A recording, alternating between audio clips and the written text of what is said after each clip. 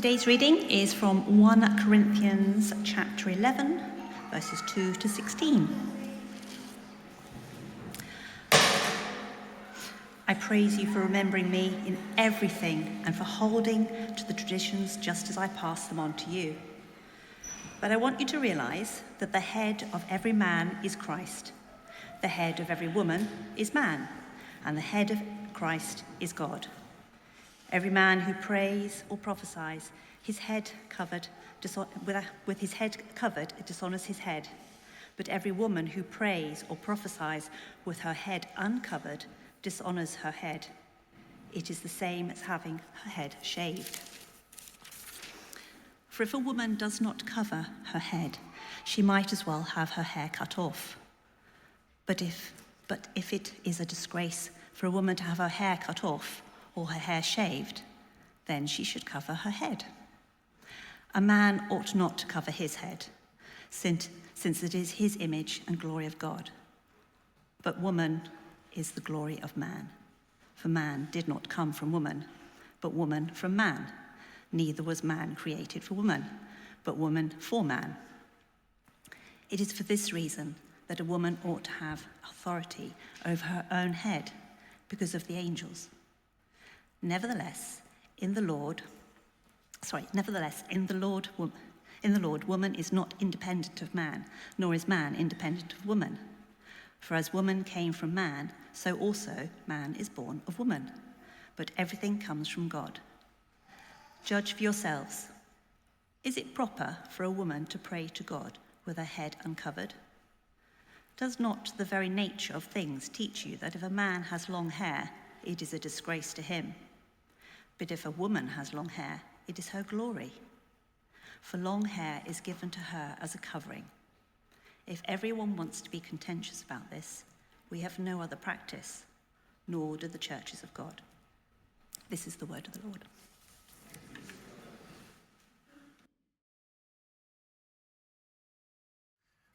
Thanks, Natalie. As Penny said, I'm Dan. Lovely to be with you all this morning. Cheery passage, isn't it? You know, sometimes you get a passage to preach on and you think, yeah, this is great. I know exactly what I'll say. Or you think, this is a great verse. The message is really clear. This was not my experience in preparing this sermon. It's complex. So reading it at a glance, it seems, pretty clear-cut that men shouldn't cover their head in church and women should. And frankly, I found it a bit weird. But when you unpack it, there is a lot more going on. Before I do that, I would like to talk to you about my hair. A little over 2 decades ago, I started growing my hair long. It was not fashionable or cool for men to do so at that stage, but I did. After a couple of years, I reverted back to short hair, and soon after, it became cool and trendy for men to have long hair. It was kind of a hipster movement, but I kept my short hair. Once that had become unfashionable, I then, for some reason, grew my hair long again. So I've successfully managed to miss the trend of coolness. All I can see is if you ever see me revert back to short hair, you're pretty much guaranteed that long hair is going to be cool quite soon for men. But hair can have a deeper meaning than just fashion.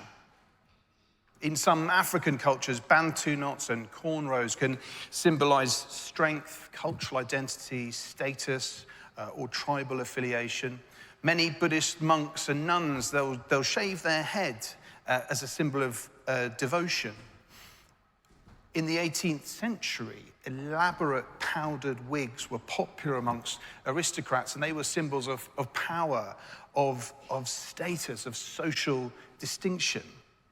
And for some Rastafarians, dreadlocks symbolize a connection to Africa, a rejection of Babylon. The punk movement in the 70s and the 80s featured neon-colored hair, dramatic spiked mohawks, and this was symbolic of rebellion, of a rejection of mainstream culture. In the American civil rights movement, there was this whole concept of embracing natural black hair, of not conforming to white American beauty standards. So things like the afro and natural kinks in hair became a sort of statement of self-love and a symbol of the fight for racial equality. And in the 70s, the skinhead movement was characterized by, well, skinheads. This isn't a modern phenomenon. From the dawn of society, across cultures, hair and hairstyles have carried deep cultural significance. Just last week in church, my daughter tapped me on the shoulder and said, "What do you think of my masterpiece?" And she'd plaited 3 plaits in her friend's hair and plaited them together into, I don't know what, there's probably a term, super plait. And without fully realizing it, her small expression of friendship, of creativity, was an example of how humans have put meaning in hair for thousands of years.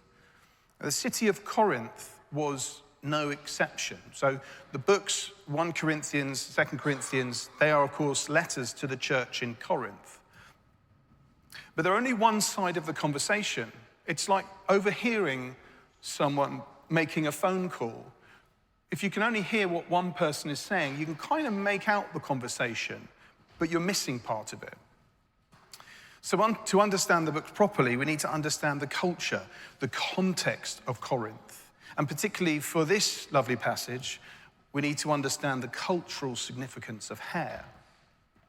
Before I delve into that, I want to first talk about the writer, Paul. Because when we understand Paul's values and his motivations and the choices he made, it gives us another lens that we can look through that helps us deeper understand the passage. So the thing about Paul is he is obsessed, he is fanatical about spreading the Christian message into places that haven't heard it. He will travel somewhere, he'll start a church. As soon as he starts going, he's like, right, I'm moving on. He'll go somewhere else, he'll start up a church. That's got 3 people, you can deal with yourselves. He'll move on. And he just kept doing it. And he would continually write back, offering pastoral support in contact by letters, which is why we have the book of 1 Corinthians and others. But whenever Paul traveled to a new city, he was always super keen to be culturally relevant. He was quite obsessed with this as well. Probably the best sort of description of this is in 1 Corinthians 9, where Paul says, "Though I'm free and belong to no one, I've made myself a slave to everyone to win as many as possible. To the Jews, I became like a Jew to win the Jews. To those under the law, I became like one under the law, though I myself am not under the law, so as to win those under the law. To those not having the law, I became like one not having the law, though I am not free from God's law, I'm under Christ's law, so as to win those not having the law. To the weak, I became weak to win the weak. I have become all things to all people, so that by all possible means, I might save some. I do this all for the sake of the gospel, that I might share in its blessings." All things to all people. And one of my favorite examples of Paul doing this was when he traveled to Athens. And he finds this altar, and it has an inscription on it. It says, "To the unknown God," to an unknown God. And this could have been a general place for the worship of gods unknown or unrecognized. But many people think that it could have been erected in a time of crisis to appease an unknown God. I.e., something terrible was happening. They prayed to all the known gods to help them. That didn't work, so they said, oh, let's erect an altar to an unknown God in the hopes that he could help. And Paul, and this is an example of how Paul, he just draws out the cultural context and brings it back to Jesus. So Paul goes and he says, I'll tell you who the unknown God is. You've been wondering for years. He's the God who made the world and everything in it. He's the Lord of heaven and earth. He doesn't live in temples built by human hands. He's not served by human hands. He doesn't need anything. Rather, he himself gives everyone life and breath and everything else. Because Paul was forever adapting his message and his actions to resonate with diverse audiences. He actively engaged with existing cultural context, drawing on them. Why? To make the gospel more accessible. So that's some relevant context for Paul. Let's go back to Corinth. So the use of head coverings for women was an important Corinthian cultural practice. Married women would cover their heads, and an uncovered head was a sign of sexual availability by a single woman, or that you're a prostitute, or that you were a slave who didn't even get the right to cover their head. Long hair on men often symbolized homosexual promiscuity, and it was common for men to cover their heads in pagan and cult ceremonies. Now, my starting point for understanding Paul's view on gender is the famous passage in Galatians 3:28, which reads, "There is no Jew, no Gentile, no slave, no free, for you are all one in Christ Jesus." And this is echoed in today's passage, where in verses 11 and 12, Paul says, "In the Lord, woman is not independent of man, nor is man independent of woman. Woman came from man, but man is born of woman. Everything comes from God." And Paul also famously championed women leaders like Priscilla, Junia, Phoebe, Euodia, and Syntyche. Apologies, Syntyche, if that's not how you pronounce your name. Referring to them, he calls them co-workers, he calls them deacons, he calls them apostles, he calls them leaders in the church. And that's important because historically, the passage we heard earlier from 1 Corinthians 11 has been used to subjugate women, to paint them as lesser, to restrict them in the church. And for me, that interpretation is just fundamentally incompatible with what Paul does and says elsewhere. So when you consider these three strands, or these three plats, if you like, you've got Paul's progressive view on gender, the cultural context in Corinth, and Paul's repeated, thorough practice of being culturally relevant. When you bring them together, it stands to reason to me that the message here is don't do outrageous things that will put people off. Don't do things that make the gospel less accessible. And to me, it's a bit similar to where in Ephesians it says, "Slave, obey your masters." And throughout history, that's been used incorrectly to justify slavery. But that verse wasn't the Bible condoning slavery in perpetuity. It was just a recognition that at that time, slavery was a standard part of the economic and social fabric. By the way, with many slaves having better living conditions than some free people. And remember Paul's obsession with cultural relevance. To the Jews, I became like a Jew. To those under the law, I became like one under the law. To those not under the law, I became not under the law. To the weak, I became weak. I've become all things to all men. And I think that's the angle that Paul was coming from when he was writing to the Corinthians. Yes, there's no male or female before Christ. Yes, before God, men and women are interdependent. But if you become too visibly countercultural, this will have a negative effect on the growth, on the reputation of the church. A church, by the way, that already accepted and valued slaves, that let women speak. It was already pushing the envelope. And the fact that he was saying all women should cover their heads in church, which would have included slaves, was pretty radical in a society where female slaves weren't allowed the sort of honor of covering their heads. To me, it feels like Paul is saying, guys, I get it, you've got this newfound freedom, but there's a line. You know, the people and organizations who succeed in the worlds of advertising, of entertainment, politics, journalism, commerce, they all have one thing in common. The ones who do really well, what they have in common is they know their audience. They meet people where they are. And often they'll use that as a foundation to move people in a different directions, to influence their behavior. But the starting point is understanding their audience. meeting them where they are. And that's what Paul did. That's what he wanted the church in Corinth to do. And that's what the church should be doing today.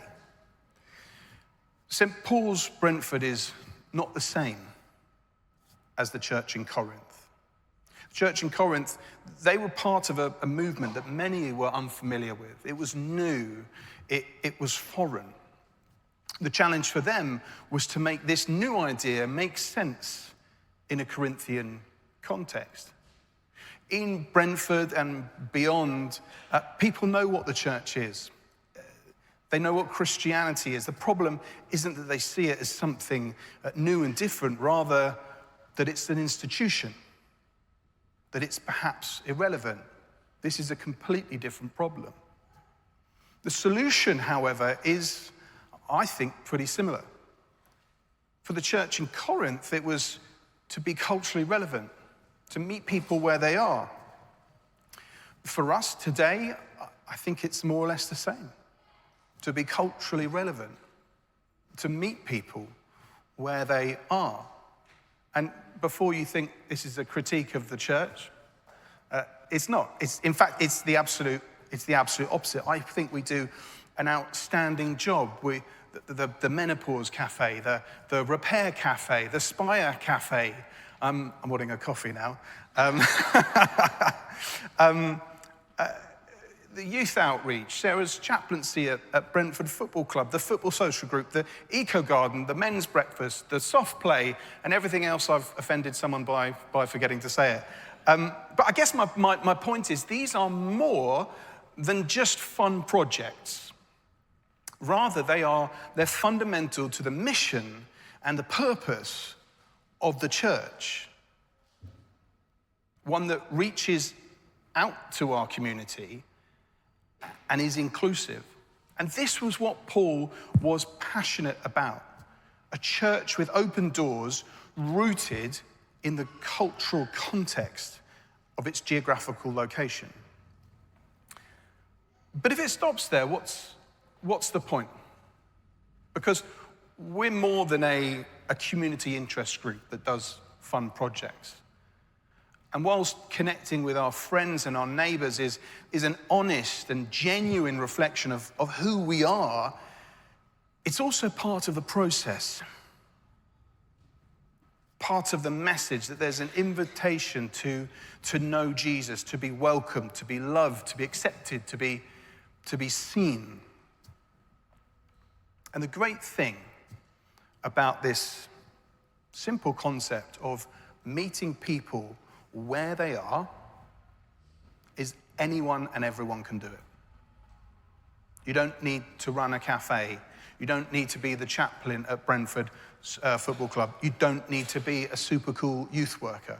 It's something you can practice in your everyday lives with neighbours, with co-workers, with family, with friends. All it takes is a desire and an intention to meet people where they are, to take an interest in their lives. And when you do that, sometimes remarkable things happen.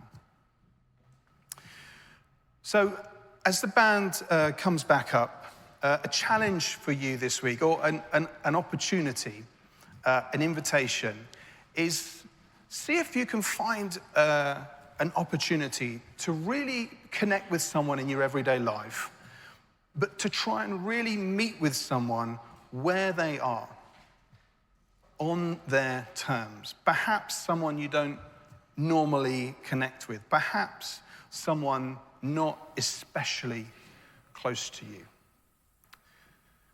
So before I close in prayer, let's just sit for a couple of seconds and think about who that person might be. Maybe allow God to bring a certain person into your mind.